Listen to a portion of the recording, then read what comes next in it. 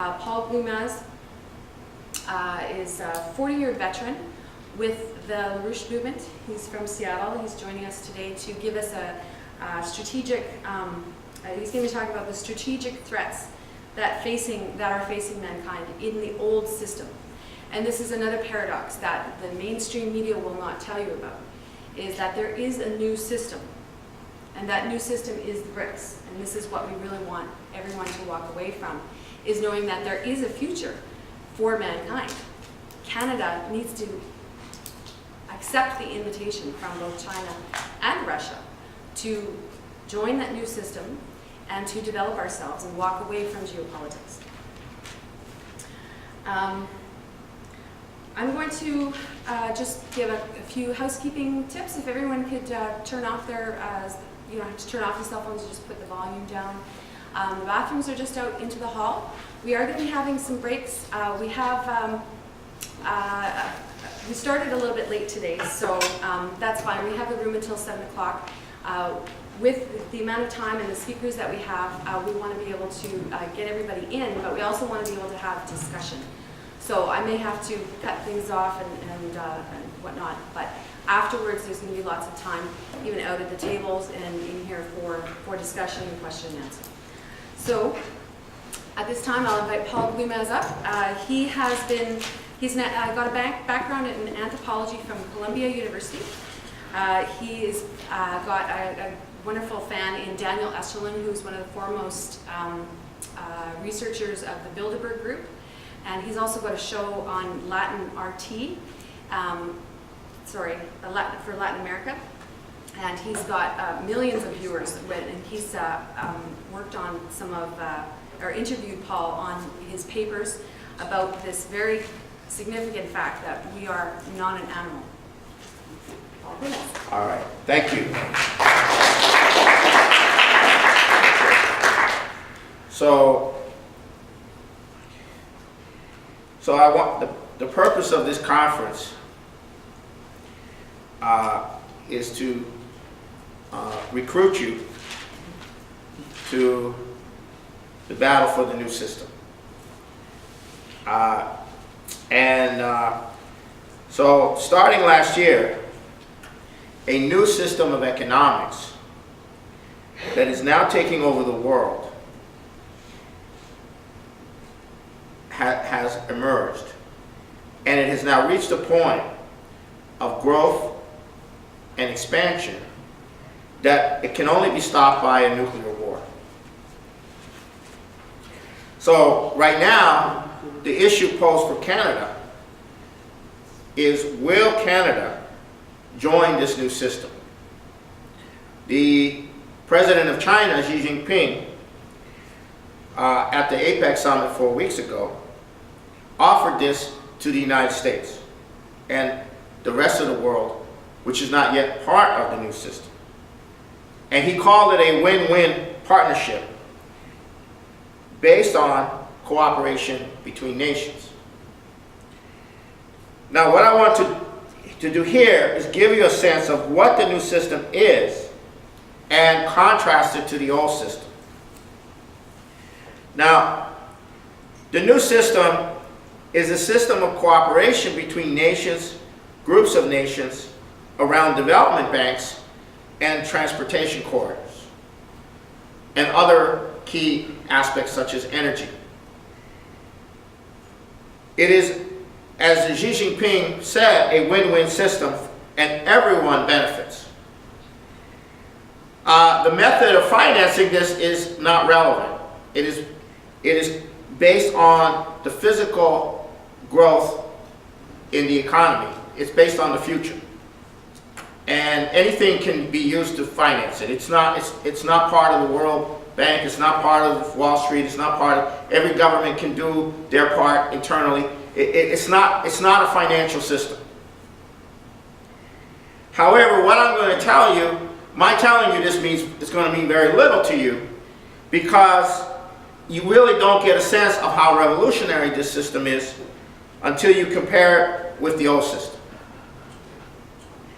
And to understand the old system, you have to understand something that I'm going to call political, physical geography, political, economic, physical geography. And the world and the powers that have run the world since the emergence of the mercantile powers of Europe, centered around the Dutch British East India Company and the British East India Company, the Dutch East India Company and the British East India Company that developed out of Europe, used their power, their naval power, to essentially establish a power over the world. And the core of understanding the system is that it is controlled by controlling the oceans. It's a maritime system. It's based on controlling the sea lanes. It's based on control of the ability for goods to go from one place to another by sea, and raw materials to go from a place where raw materials are extracted to a place where they're put into manufacturing by sea. And this system is controlled that way. It's a physical, geographical system. It's a physical, economic, geographical system. It's physical space. It's economic space and geography. Now, I'll give you an example. Take the Middle East, where oil was developed over 100 years ago. And up until recently, the Middle East was the fulcrum, and still is the fulcrum of oil production for the world. If you've noticed, there's been a constant conflict in the Middle East from the very beginning of this situation. You've also noticed that the sea lanes where the oil goes out can be easily disrupted. And it's the threat of disrupting that, which is one of the primary controls over politics in the world. That flow of energy for nations can be disrupted at any time. Therefore, you have to behave. So this is an example of how this works. Most of the world, up until now, when Xi Jinping announced the New Silk Road policy, is not connected transportation-wise except by oceans. Now, I'll go into how this control works. I'll take you back to the early part of the 1900s. There was a very important little war in South Africa, in a place called the Transvaal of South Africa, where the British essentially subdued the Afrikaners. Now, why did they do that? Because the Afrikaners had agreed with Germany to build a railway all the way from the Mediterranean down to Cape Town.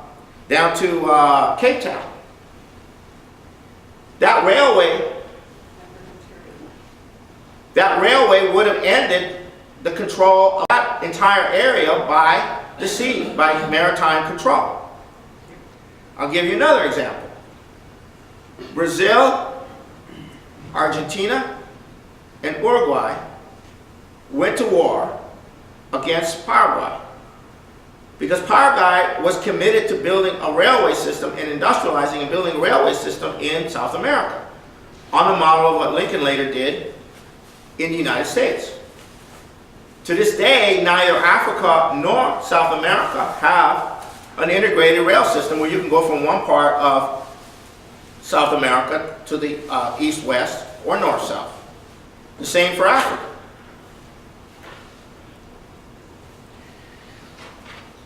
When you are connected, your neighbor country can help you. And you can help your neighbor country. You can produce things for them. They can produce for you. And you can tell the bankers, the geopoliticians, and the empire to go to hell.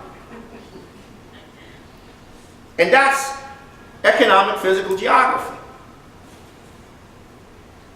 And this is what this is very important for people to understand this. What's so big about railways? What's so big about progress?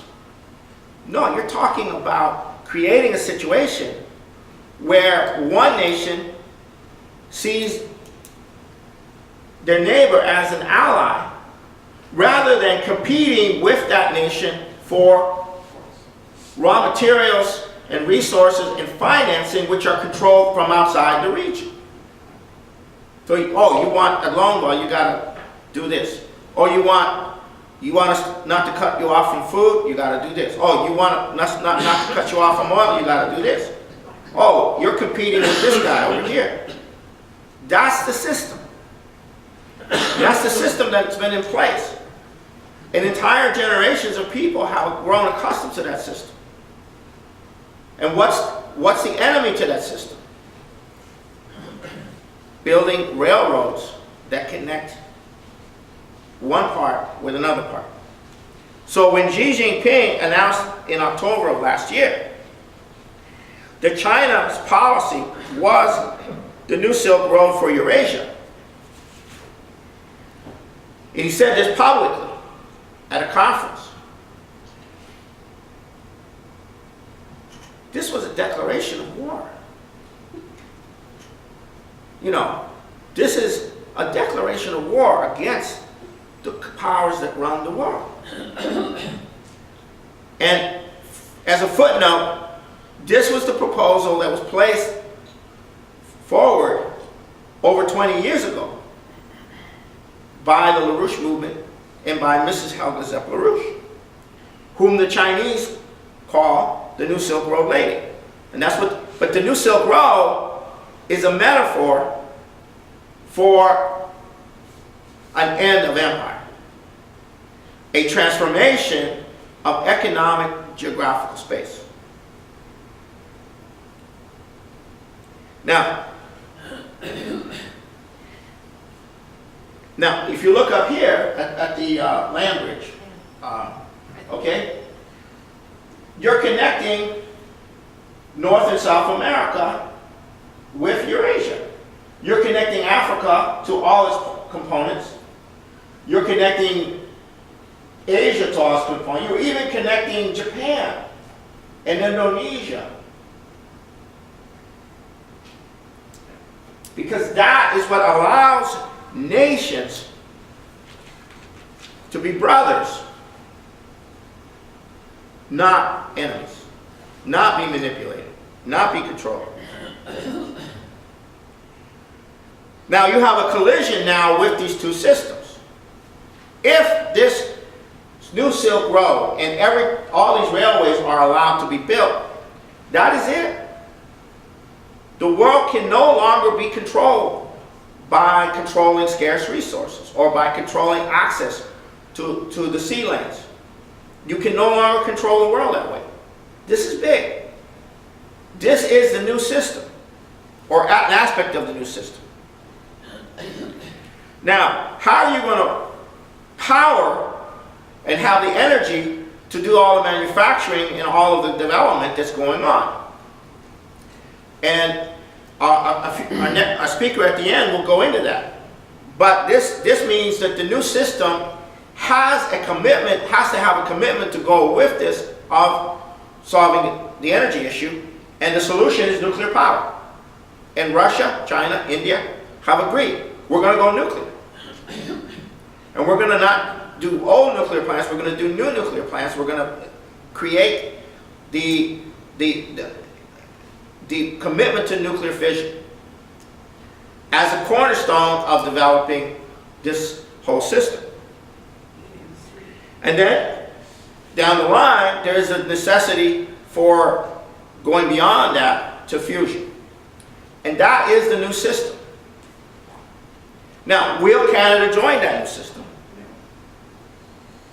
There are no other really options, because the old system,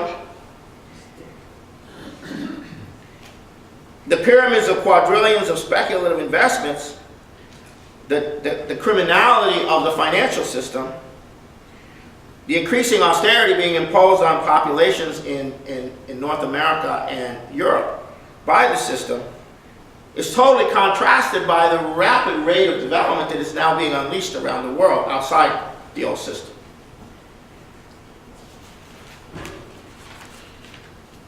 So how is this going to play out? How is this going to work? What's the problem? What's the hang-up? Why isn't the United States joining the new system right now? Why isn't Canada joining the new system? Why isn't the European nations joining the new system? Because they're under the control of an oligarchy. And that oligarchy has one last card in the deck to play. And that's the military option. And it's precisely the fear of the irrational use of nuclear weapons by the United States under the current Obama administration that right now is playing chicken games with Russia in the air, nuclear chicken games with Russia in the air and underwater. This is the fear that's keeping this oligarchy and the old system from breaking up and joining the new system. In many ways, the war to stop this new system has already been underway. The central issue is China. And to stop China, Russia is being targeted. To turn Russia away from China. Because its alliance with China is crucial. And that alliance was fully consolidated in May of this year. And there is now an active war going on. Not a passive war. It's not a threat of war. It's actually occurring. And it involves putting ABM systems that can tip the balance in favor of a first strike to NATO. It involves putting NATO troops on the borders of Belarus and Russia. It involves sanctions. It involves currency wars against the currency of Russia. It involves oil price drops, which are wars against Russia.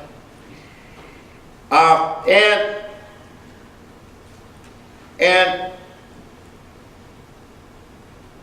it's becoming very frightening because of the situation in Ukraine.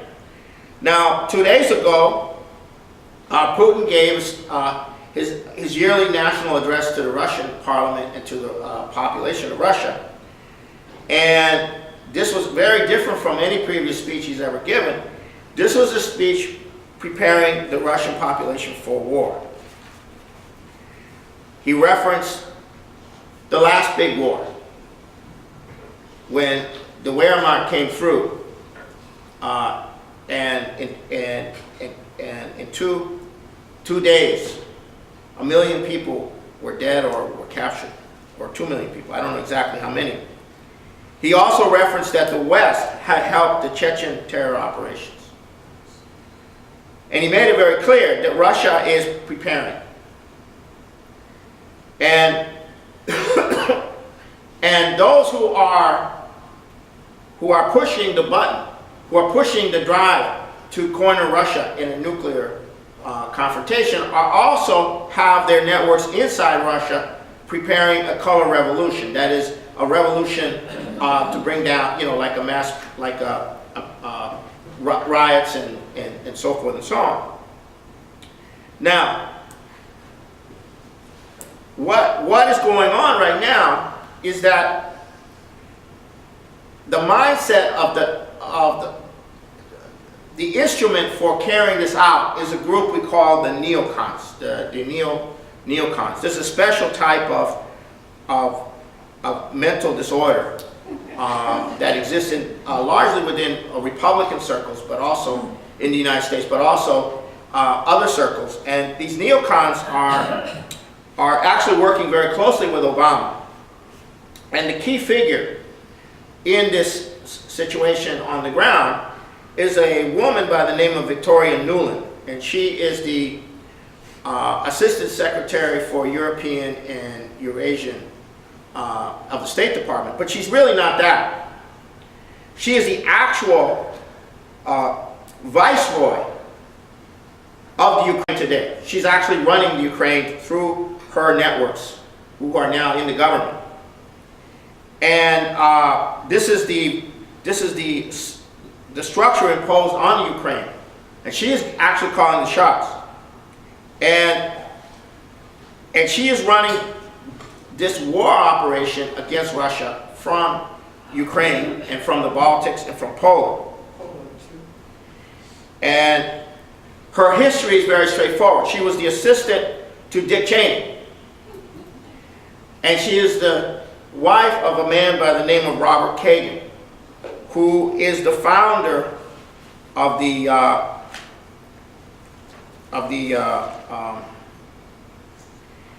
Project for a New American Century. And he's also the co-founder of that. He's also the founder in 1999 of the Committee for Peace in Chechnya, which was an umbrella operation supporting Chechen terrorists. That's her husband. And Robert Kagan wrote an essay that Obama highlighted in his 2012 State of the Union message, entitled "The Myth of American Decline." And Obama made everybody in the administration read it. And the gist of this essay is that America is not in decline because it has overwhelming military power and compares the United States to, at this moment, with the British Empire in the height of its power in the 1870s, of its heyday. And that it is a matter of will in deploying that military power that determines whether the U.S. is in decline, not economics, not developing, but this military power. And this guy is a neoconservative, and this is what Obama really represents, President Obama. And it shouldn't surprise you, because these guys are instruments. They're instruments of a power which cannot continue to exist on this planet. And they're now going to be dismantled, or they're going to be successful in getting a nuclear war going. Other than that, the new system will take over and will become the basis for the future of the human race. Now, I'm telling you this, but for most of you, I doubt this is real, because it is not in the media, especially not in the United States. So a few days ago, I had the pleasure of having a conversation at a book table with the very erudite-looking gentleman, who came up very quizzically and said, "Well, what is this all about?" And I explained the new system to him. And he says, "I'm a well-informed person. I read the New York Times, I read Kiplinger, I read the Wall Street Journal, I read the London Financial Times, I watch PBS, I keep up on things. I never heard about this."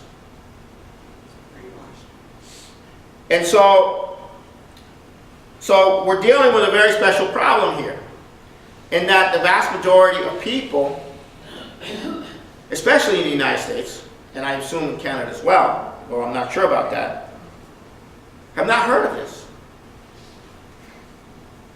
And it's our job to change that. And so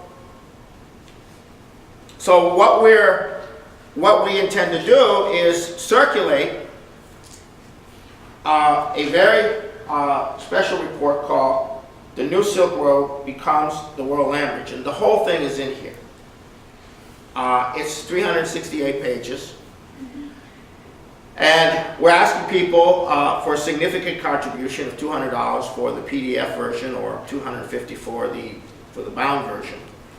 But this is very important to get this into the hands of people to look at, who have some significance. And this is what we're doing in the United States, and this is what we have to do also in Canada, and also in Europe, where we also have a movement. And also, we need to approach the ethnic communities. I say this because those who have come from other parts of the world do not necessarily have the same view, the same insular, parochial view of the world that you find in the average American or in the average Canadian, although there's not many average Canadians left, I don't think. There's been a lot of immigration. However, this is also where we have to get to these people and tell them, look, it's your responsibility in creating a future to get this out and to get to the leadership of your nation. And now, paradoxically, or not paradoxically, we are now back to a situation in many ways, although somewhat different, because John Fitzgerald Kennedy had a vision of doing global development. It may not have been exactly this form of it, but there are a lot of aspects which were similar. And at that time, the United States had the might, economic might, to be the anchor for developing Africa, for developing South America, and working with Europe, and even working with the Soviet Union, which is what he was proposing to do at that time. His assassination and the subsequent plunge of the United States into the Vietnam War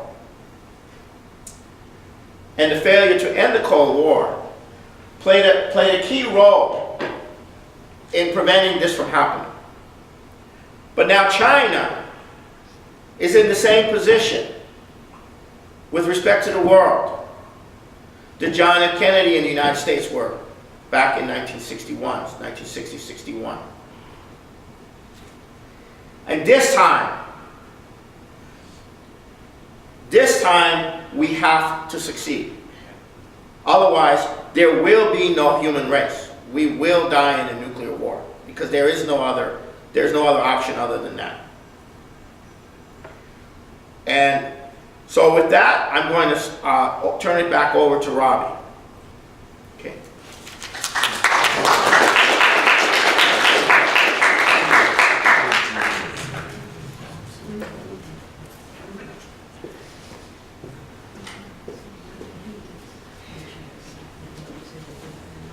Okay. That gives you the most current view of what's going on in the political sphere that we're not being told about, of course. And before I introduce our next speaker, I just want to read to you, it's kind of going along the same theme as what I was talking about earlier. But, you know, in reference to what Paul was talking about, the average Canadian and American problem, in really understanding what these issues are, what they represent. And I was inspired by an article that Lyndon LaRouche wrote, who is the inspiration for this movement and the leader who started it. He wrote an article in the Fidelio. This is available online. It's a very good magazine. It's the Schiller Institute published it out of Europe. And, you know, just again, in reference to what Paul was saying about why can't we see these things, because we're relying on our sense perceptions, and this is part of our problem. Now, as real as the threat is of World War III, with Russia preparing for that, don't let your senses deceive you into believing that it is inevitable. There is an answer to that. One of the answers is to get the camel to see his own neck. What do I mean by that? A camel does not look at his own neck. They cannot see themselves. They don't understand unless they're looking in a mirror. As you've seen a cat look in a mirror, it's a very strange thing.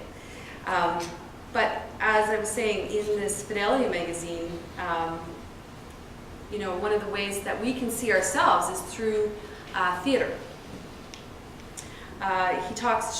Friedrich Schiller talked a lot about Shakespeare. And he was talking about the emphasis that should be placed on this as part of culture, as part of helping us understand ourselves. And I'll just read from this quickly. It said, as Schiller emphasizes, the man from the street should leave the theater as virtually a different person than had entered a few hours before. Irony, or paradox again. This effect is not like the experience of some fundamentalist parson's rant, some model and sort of edifying moral effect upon the audience. It is the effect on the citizen of looking over the shoulder of a history different than that of his own experience of life in his own time and place. Irony. Why could they not see the rottenness of their own culture? Could I do something about a tragic error in the culture of my own society today? What kind of a fool I would be if I could not look at my own culture as I could now see so clearly the insanity of that other culture presented to me by that play. Irony and paradox. Between nations, groups of nations, around development banks and transportation corridors, and other key aspects such as energy. It is, as Xi Jinping said, a win-win system and everyone benefits. The method of financing this is not relevant. It is based on the physical growth in the economy. It's based on the future. And anything can be used to finance it. It's not part of the World Bank, it's not part of Wall Street, it's not part of, every government can do their part internally. It's not a financial system. However, what I'm going to tell you, my telling you this means it's going to mean very little to you, because the bathrooms are just out into the hall. We are going to be having some breaks. We started a little bit late today, so that's fine. We have the room until 7 o'clock. With the amount of time and the speakers that we have, we want to be able to get everybody in, but we also want to be able to have discussion.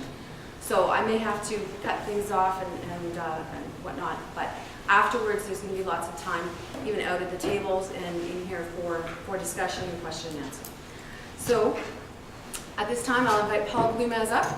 He's got a background in anthropology from Columbia University. He's got a wonderful fan in Daniel Esterlin, who's one of the foremost researchers of the Bilderberg Group. And he's also got a show on Latin RT, for Latin America. And he's got an expansion that it can only be stopped by a nuclear war. So right now, the issue posed for Canada is, will Canada join this new system?